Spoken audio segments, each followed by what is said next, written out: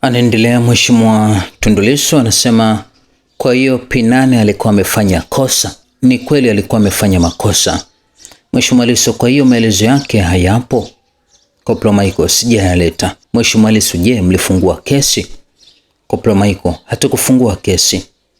Mheshimiwa Lissu, hadi leo hamjafungua. Koplo Michael, sijui kwa kweli. Lissu, RCO ndio alikwambia chukua maelezo ya shahidi kwenye kesi ya Lissu?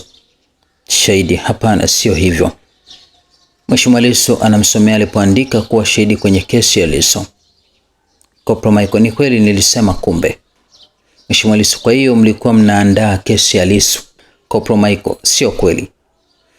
Mheshimiwa Lissu, kwa hiyo mlikuwa mnaandaa nini? Koplo Michael, ushahidi wa kesi. Mheshimiwa Lissu, kesi gani?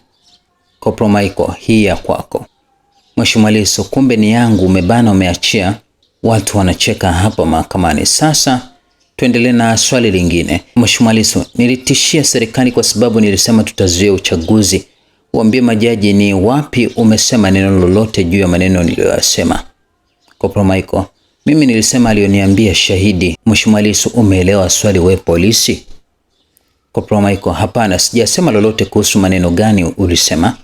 Mheshimiwa Lissu, naambiwa nilichapisha maneno mitandaoni. Sasa sema kabisa kwenye kielelezo D5 kama ulisema chochote kuhusu maneno yangu niliyochapisha.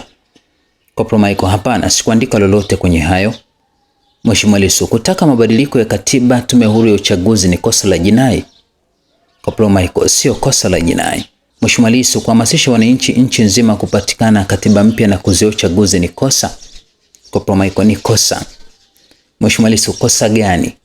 Koplo Michael, mimi sio mtaalamu wa sheria, wanasheria watasema. Mheshimiwa Lissu, huna unalojua wewe, ni koplo tu, umetaja katiba, tutajie ibara sasa. Koplo Michael, sijui kosa ambalo umeshtakiwa nalo. Mheshimiwa Lissu, waheshimiwa, sina swali lingine kwa shahidi huyo. Jaji Ndunguru re-examination. Ignas anasema nina maswali mawili. Je, uliposema hakuna tofauti ulimaanisha nini? Koplo Michael, nilimaanisha hakuna tu tofauti, maana ni ile ile. Je, ulisema hujui anashtakiwa na kosa gani, ulimaanisha nini? Koplo Michael, najua ni uhaini, lakini uhaini ni mpana, unajumuisha uchochezi na kuharibu mali. Wakili wa serikali, ni hayo tu mheshimiwa. Jaji Ndunguru, upande wa mashtaka mnasemaje? Renato Simkude, tunaomba tuendelee Jumatatu. Jaji Ndunguru, kwa nini msiendelee na shahidi mwingine atakapoishia ikifika saa 11? Tutaacha. Mkude, mheshimiwa jaji, naomba tuendelee Jumatatu tafadhali, muda umeenda. Jaji, basi Jumatatu saa 3 kamili asubuhi tukutane. Inapigwa court na watu wanatoka mahakamani.